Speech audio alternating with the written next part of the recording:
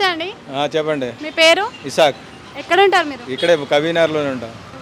అయితే ఇప్పుడు GHMC elections వస్తున్నాయి కదా, మీ ఏరియాలో డెవలప్మెంట్ ఎట్లుంది? డెవలప్మెంట్ బాగానే ఉంది కానీ చాయ్ బండ్లు ఇవన్నీ టిఫిన్ సెంటర్లు అన్నీ తీసేస్తున్నారు. చాయ్ తాగితే కూడా జనాలకి లేదు. ఎందుకలా?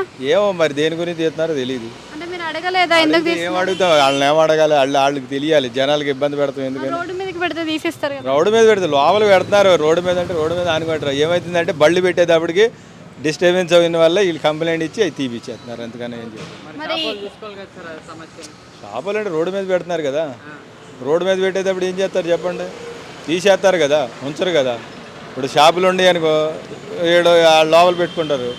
ఆ రోడ్డు మీద పెట్టేటప్పుడు రోడ్ల మీద బళ్ళు పెట్టేటప్పటికి కంప్లైంట్ లేదు. ఇంకా వేరే ఏం లేవా? వాటర్ సరఫరా కానీ డ్రైనేజెస్ కానీ? అంటే అన్నీ మంచిగానే వాటర్ సరిగా ఇప్పుడు ఈ మధ్యలో వాటర్ సరిగా రావట్లేదు మోతీనారు. మీ ఎమ్మెల్యే కానీ మీ కార్పొరేటర్ కానీ రావడం చూడడం చూసి వెళ్తున్నారు, చేస్తామని అంటున్నారు. ఈసారి ఏ పార్టీ వస్తుంది అంటారు? బీఆర్ఎస్, కాంగ్రెస్, అప్పుడు చెప్పలేము. బీఆర్ఎస్ రావచ్చు, కాంగ్రెస్ రావచ్చు, లేదా తెలుగుదేశం అన్న రావచ్చు.